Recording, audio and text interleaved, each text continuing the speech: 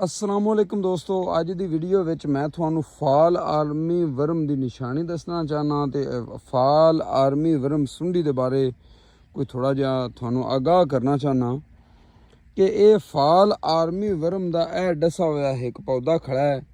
थानू सुंडी भी विखाना ते इनका इलाज भी मैं दसन की कोशिश करसा कि फाल आर्मी वर्म ऐसी सुंडी है कि आम मंदे चंगे स्प्रे नाल कंट्रोल भी नहीं हुंदी। तो ये ऐसी सुंडी है जिहड़ी दिन ब दिन फैलदी है तो बहुत सारा नुकसान करदी है खेत दे विच। बल्कि अगर इनू कंट्रोल ना किया जाए तो खेत दा खेत पलाट दे पलाट तबाह कर जाती, टांडे खा जाती है, मक्की खा जाती है।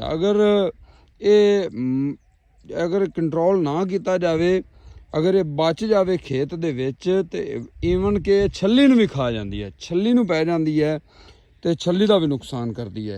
तो फाल आर्मी वर्म जिहड़ी है ना, ये तकरीबन दो तीन कलर दे विच हुंदी है। जरूरी नहीं कि इनका कलर एक ही होवे, ठीक है ना।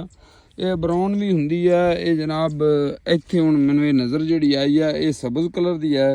हुण मैं तुहानूं दिखाना चाहना यह टांडे की सूरत हाल वेखो भी की टांडे की सूरत हाल हुई पई है, ठीक है।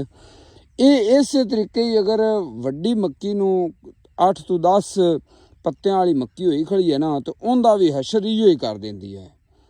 जे एक मक्की का पत्तर गया ना तो समझो थोड़ी छली जिहड़ी मक्की नूं छली लगनी है उनकी दाणियां दी एक कितार पूरी गई।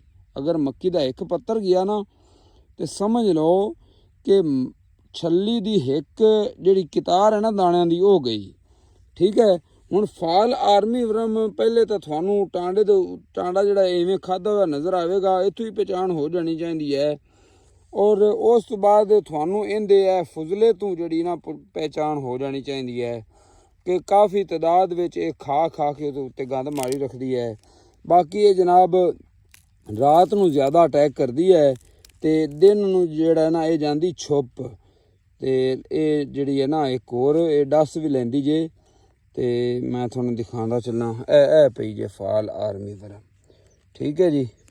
ये हैगी जो हुण सबज़ कलर दे विच हुण गौर कर लो जनाब, ए वेखो इहदे उत्ते जनाब उवें वाल जे भी हैगे जे, ठीक है जी।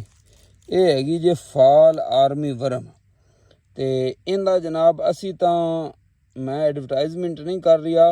अगर थानू कोई स्प्रे होर अच्छा लगे तो तुसीं वो भी इस्तेमाल कर सकते हो। असी रीजेंट प्लस बेल्ट स्प्रे कर रहे हैं।